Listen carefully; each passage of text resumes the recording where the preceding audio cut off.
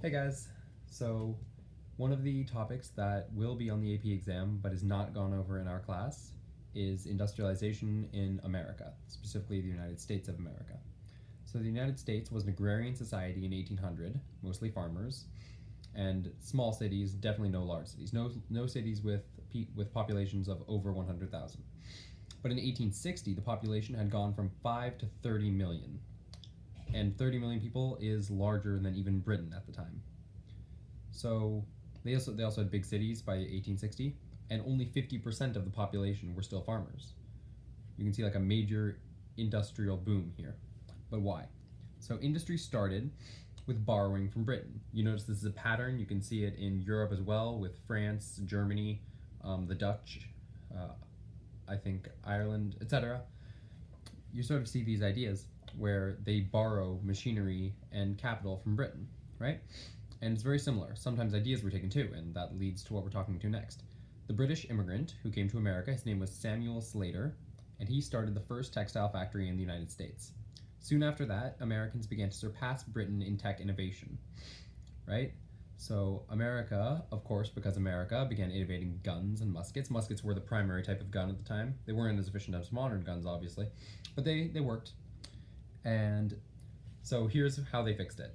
It used to be that if your gun broke, then you had to replace the entire gun. But now, if your gun broke, you could just replace the one part that had broke. Sort of like now, imagine if your car's window broke or your car's exhaust pipe broke and you had to replace the entire car. That's how it used to be with guns. So no, now all guns are sort of made by factories, so there's a lot of similarities between the guns. In fact, they're all almost, it's a fancy word, but I'm not going to use it. They're all almost exactly the same. Homogeneous, that's it. And so now you can just replace the part. You can just replace the shaft or whatever. So the reason why America went about doing this, they did it with things like, they did it with other machines too, I think trains and stuff, because muskets are not the only things that people needed to replace. Why did America do this? They did it because it saved labor, reduced costs, right? Because less people have to produce, and it costs less time. And it made up for America's lack of skilled artisans. In Britain, you've got a lot of skilled artisans. Think the guilds, right? We talked about them in class. But in America, we do not have many guilds because they are fresh off. They're fresh off farming. They're agrarian time period. And also, the United States was a large, very large country. We all know this. You know, it's a lot larger than Britain. Britain's like a small, tiny island. But America is gigantic. By tiny, I mean relatively. It's not a tiny, tiny island. So they needed ways of transportation, right? If you can't transport, then what good is any of this for? You can't trade. You can't create a market. So thousands of miles of canals, riverways, and roads were built that linked the east of the United States, think New York and Pennsylvania, to the west. To the west, think California and Nevada. Most important, so steamboats were used, of course, and in the Mississippi Valley, which was a very important waterway, over 1,000 steamboats were used in that river. And these were all used to transport because, as you know, it's easier to transport by river rather than by land because you're less likely to get raided and you're less likely to, it's just easier to move it across. But, however, that's going to be changed by your favorite industrial invention and mine, the railroad. The railroad began in 1830 with 100 miles of track. By 1860, it was up to 27,000 miles. It turned the USA into one connected major manufacturing market, especially in the north. Manufacturing really took off. As the United States population could no longer fit into their farms, there was not enough farmland for the population because it was growing, similar to how Europe was growing with better conditions. Not in factories, but whatever. People started to urbanize, right? Immigration to urban places. Into textile and shoe factories, especially in New England. Women were more than 80% of the textile labor force, and the reason for this was because, so often when people ran out of space, they would use these with Manifest Destiny, which I'm sure we'll get to later, or maybe not. People moved west when they ran out of land in the east, right? And then we get all these states like California or Nevada, which I'm not even sure we had at the time. But Women could not immigrate without their husband's approval, and unmarried women could basically not immigrate at all. So they had to find other opportunities. So they went to urban places, right? They couldn't go west.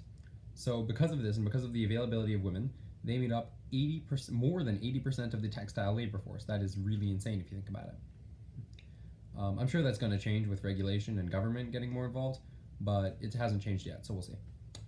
Often, entire families, including kids, worked at factories. Like one factory would hire an entire family to work around. Kids were especially valuable because tiny fingers.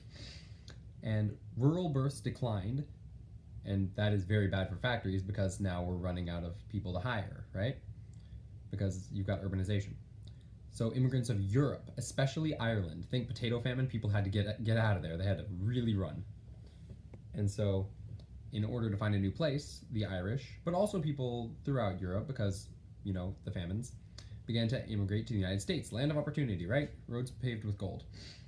That's not true, but it is true that there was lots of opportunity in America. So instead of hiring just new people from the rural areas, they could hire immigrants, which is great. But women, kids, and immigrants, the people who the factories wanted most, all had one thing in common, which is that they were unskilled laborers, meaning they were very interchangeable, worthless. You can get another one for $1.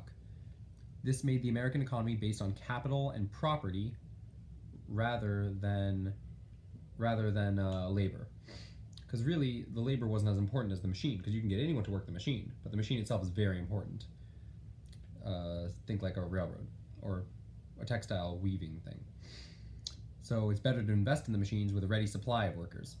So this actually made the United States beat Britain in mechanization. As a result, American diets got healthier. They were able to eat better because their purchasing power rose. The clothing became more abundant. Think textile industries producing all this nice stuff that we have today. And incomes grew, and also lifespans increased. The poor got richer, not by much, but enough. And what was really important was that their money could buy more for less, right? You're starting to see that inflation go down a little bit. Although I'm not sure that it was ever really prominent in America. The poor are getting slightly richer. Now the rich, on the other hand, are getting way richer, like a lot richer, because they are in charge of the means of production. They control the factories, and through that, they control pretty much the economy. All right, good luck, guys.